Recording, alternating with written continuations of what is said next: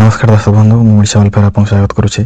Odisha postal तरफ जो job बाहरी आसन जाना क्वालिफिकेशन कौन दरकार और बयस सीमा के दरकार आसन जाना सर्वप्रथम पोस्टर ना गुड़िक postman, postal assistant, sorting assistant और एमटीएस वैकेंसी बाहरी।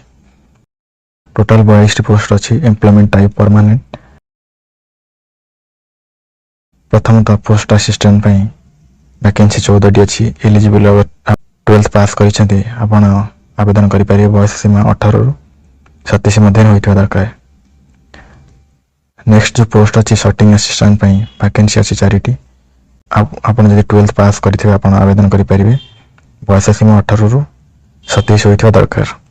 थर्ड जो पोस्ट अच्छी पोस्टमैन वैकेंसी अच्छी 11टी।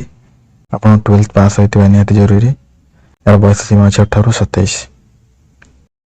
नेक्स्ट पोस्ट अच्छे मल्टीटास्किंग स्टाफ वैकेंसी अच्छी 13टी। आप 10th पास होता निहाती जरूरी। यार बयस सीमा 18 रु 25 होता आप आवेदन करेंगे।